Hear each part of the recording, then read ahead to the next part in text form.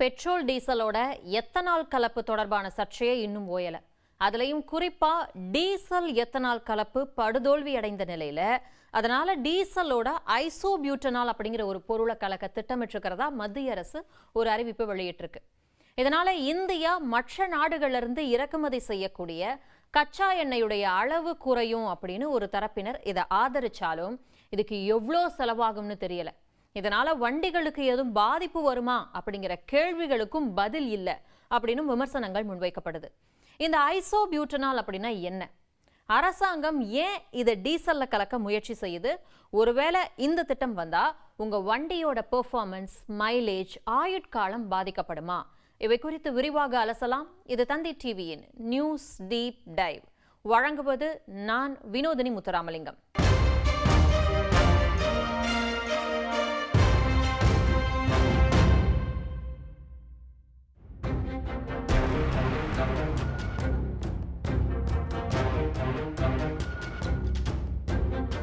ஐசோபியூட்டனால் அப்படின்னா என்ன? இது நம்ம எத்தனாலோட சொந்தக்கார தம்பி மாதிரி. எத்தனால் மாதிரியே இதுவும் ஒரு ஆல்கஹால் வகை எரிபொருள். நிறமற்ற ஒரு குறிப்பிட்ட மனம் கொண்ட இந்த திரவம் தொழிற்சாலைகளில் பல்வேறு வேதிப்பொருட்களை தயாரிக்கிறதுக்கு ஒரு முக்கிய மூலப்பொருளாக பயன்படுத்தப்படுது. வார்னிஷ், பெயிண்ட்டுகள், அப்புறம் மை மற்றும் பிசின்கள் போன்றவற்றை தயாரிக்கக்கூடிய தொழில்களில் இது ஒரு சிறந்த கரைப்பானா பயன்படுத்தப்படுது. இப்போ பெயிண்ட்டை எடுத்துக்கிட்டோம் அப்படின்னா அதில் நிறத்தை கொடுக்கக்கூடிய நிறமி, பிக்மெண்ட்னு சொல்லுவோம்ல, அப்புறம் பளபளப்பை கொடுக்கக்கூடிய பிசின் அப்படின்னு பல்வேறு மூலக்கூறுகள் அதில் இருக்கு. இந்த நிறமி, பிசின் மாதிரியான மூலக்கூறுகள் எல்லாம் ஒன்றா கலக்கிறப்ப சரியான பதத்தை தர்றதுக்கு உதவுறது தான் இந்த ஐசோபியூட்டனால். இந்த ஐசோபியூட்டனால் இருந்தால் மட்டும்தான் அந்த பெயிண்ட் அப்படியே ஸ்மூத்தாக எல்லா இடத்துலையும் பரவும். இப்போ உதாரணத்துக்கு தோசை மாவை எடுத்துப்போம். அதை கெட்டியாக அப்படியே மாவா ஊற்றினா தோசை வராது. அதில் தண்ணி கலந்தாதான் சரியான பதத்துக்கு வரும். ஆக தண்ணி அங்கே ஒரு சிறந்த கரைப்பானா பயன்படுதா? அதே மாதிரி வார்னிஷ், பெயிண்ட்டுகள், மை, இங்கு அதிலெல்லாம் சரியான பதத்தை கொண்டு வர்றதுக்கான சிறந்த கரைப்பான் தான் இந்த ஐசோபியூட்டனால். பிளாஸ்டிக், ரப்பர், அப்புறம் பிற செயற்கை பொருட்களை உருவாக்க தேவையான வேதிப்பொருட்களை தயாரிக்க இந்த ஐசோபியூட்டனால் பயன்படுத்தப்படுது. சில வகையான கிளீனிங் ப்ராடக்ட்ஸ், சுத்திகரிப்பான்களையும் இது முக்கிய பங்களிக்குது. உதாரணத்துக்கு சாதாரண அழுக்கா இருந்தால் தண்ணி ஊற்றினா போயிடும். ஆனால் பெரும்பாலான அசுத்தம், எண்ணெய் பிசுக்கு, தூசி இதெல்லாம் சேர்ந்து தான் இருக்கும். அதெல்லாம் கிளீன் பண்ண சுத்திகரிப்பான்களில் இந்த ஐசோபியூட்டனால் பயன்படுத்தப்படுது. மருந்து பொருட்கள், அப்புறம் செயற்கை வாசனை திரவியங்கள் தயாரிப்புலையும் இது பயன்படுத்தப்படுது. இதில் ஆபத்துகளும் இருக்கு. இது மிக எளிதாக தீப்பற்றக்கூடிய ஒரு திரவம் அப்படிங்கிறதால இதை கையாளும் போது தீ விபத்துகள் ஏற்படும் அபாயம் அதிகம் இருக்கு. இதை அதிக நேரம் சுவாசிச்சா தலை சுற்றல், தலைவலி, மயக்கம் போன்ற பாதிப்புகள் ஏற்பட வாய்ப்பு இருக்கு. அதோட இது கண்கள் மற்றும் மூச்சு குழாயில எரிச்சலையும் உண்டாக்கும். இந்த திரவம் நேரடியா தோல்ல பட்டா தோல் வறண்டு போறதுக்கும் அரிப்பு அல்லது அலர்ஜி ஏற்படுறதுக்கும் வாய்ப்புகள் இருக்கு. இதை முறையா கையாளாம நீர்நிலைகள்லையோ அல்லது மண்லையோ கலக்க விட்டா அது நீர்வாழ் உயிரினங்களுக்கும் சுற்றுச்சூழலுக்கும் பாதிப்பை ஏற்படுத்த வாய்ப்பு இருக்கு.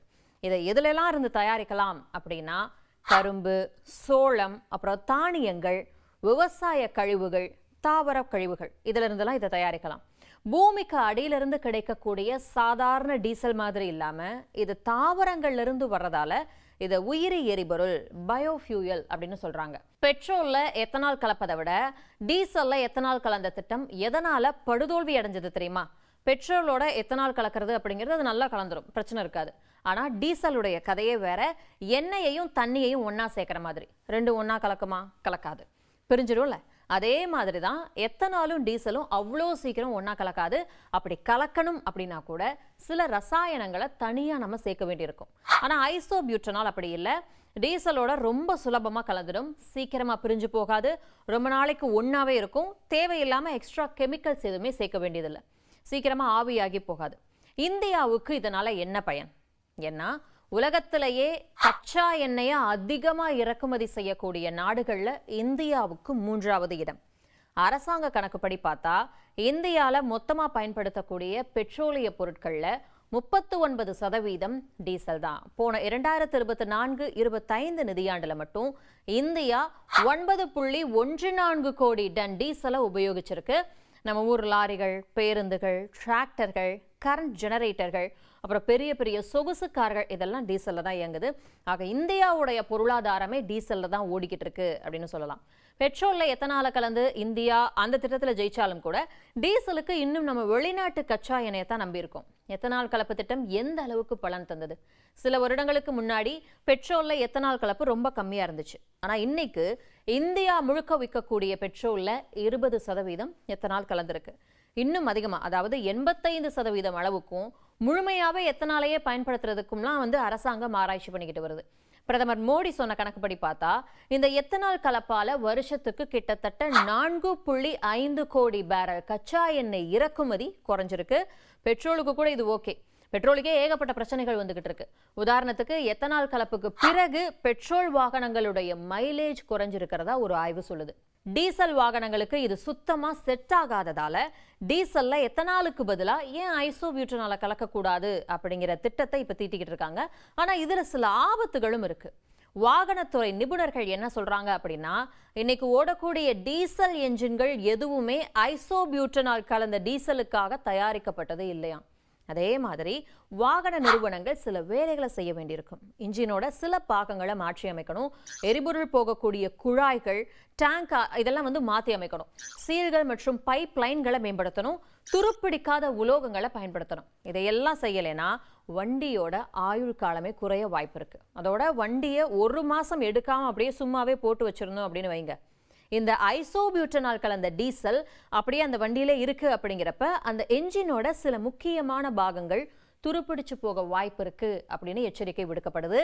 இதனால எல்லா வண்டியும் உடனே கெட்டு போயிடும் அப்படின்னு அர்த்தம் கிடையாது. ஆனா இந்த திட்டத்தை முழுசா கொண்டு வரதுக்கு முன்னாடி வாகன நிறுவனங்கள் நிறைய பரிசோதனைகளை செய்யணும். பெட்ரோல்லையும் இதே மாதிரி பிரச்சனை வந்ததே அப்படின்னு உங்களுக்கு தோணலாம். ஆமா, வந்துச்சு. பெட்ரோல்ல எத்தனால கலந்தப்போ எரிபொருள் அமைப்புல கோளாறு வந்துச்சு. சில வண்டிகள்ல மைலேஜ் குறைஞ்சது, பழைய என்ஜின்கள் பாழாயிடும் அப்படிங்கிற பயமும் கூட நமக்கு வந்துச்சு. ஆனா இப்போ வர்ற புது வண்டிகள் எல்லாமே E20, அதாவது எத்தனால் 20% எத்தனால் கலப்புக்கு ஏத்த மாதிரி மாறிடுச்சு.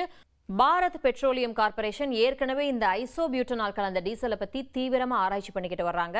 வண்டியோட மைலேஜ் எப்படி இருக்கும், இன்ஜினுடைய அந்த வண்டியுடைய இன்ஜின் எந்த அளவுக்கு உழைக்கும், அப்புறம் அந்த புகையினால வரக்கூடிய மாசு, இதை பத்தி எல்லாம் அவங்க தொடர்ந்து டெஸ்ட் பண்ணிக்கிட்டே இருக்காங்க. இந்த டீசல் விலை கம்மியா இருக்குமா அப்படின்னு கேட்டா அப்படி சொல்ல முடியாது. உண்மையை சொல்லணும் அப்படின்னா இதுதான் இதுல இருக்கக்கூடிய மிகப்பெரிய சவாலே. ஒரு ஆய்வின்படி சாதாரண டீசலை விட ஐசோபியூட்டனால் தயாரிக்கிறதுக்கு அதிக செலவாகுதான். டீசலை விட ஐசோபியூட்டனால் விலை அதிகமா இருந்தா ஒரு கம்பெனி ஏன் அந்த காசு போட்டு அதை தயாரிக்க போறாங்க அப்படிங்கிற ஒரு கேள்வியும் வருது. மாற்று எரிபொருட்களை நம்ம அரசாங்கம் ஏன் இந்த அளவுக்கு நாடுது அப்படின்னா இதுக்கு முக்கியமா 3 காரணங்கள் இருக்கு. வெளிநாட்டிலிருந்து வாங்கக்கூடிய கச்சா எண்ணெய் அளவை குறைச்சிக்கிட்டோம் அப்படின்னா நமக்கு அந்நிய செலாவணி மிச்சமாகும். கரும்பு, சோளம், விவசாய கழிவுகள்ல இருந்து இதை தயாரிக்கிறதால விவசாயிகளுக்கு கூடுதல் வருமானமும் கிடைக்க வாய்ப்பு இருக்கு. ஆனா அதுல ஒரு பாதகமும் இருக்கு. என்ன அப்படின்னா தண்ணி எக்கச்சக்கமா செலவாகும். அப்ப குடிநீர் தட்டுப்பாடு ஏற்படலாம். சாதாரண பெட்ரோல் டீசலை விட இந்த உயிரி எரிபொருட்கள் குறைவான புகையை தான் வெளியிடும். அதனால சுற்றுச்சூழலுக்கு பெரிய ஆபத்து இல்லை அப்படின்னு கூட சொல்லப்படுது. விரைவிலேயே அரசாங்கம் சில முக்கிய அறிவிப்புகளையும் வெளியிட வாய்ப்பு இருக்கு.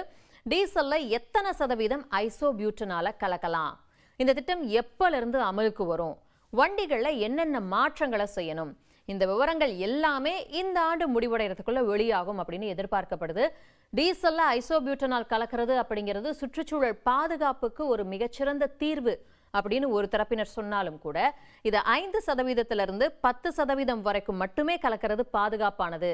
அதுக்கு மேல கலக்கணும் அப்படின்னா இப்ப இருக்கக்கூடிய இன்ஜின் அமைப்புகள்ல சில மாற்றங்களை செய்ய வேண்டியது கட்டாயம். இன்ஜின் ஆயுள் பாதிக்காதவாறு சரியான விகிதத்துல கலக்கிறது மட்டும்தான் இந்த திட்டத்துக்கான சரியான வெற்றியை தரும்.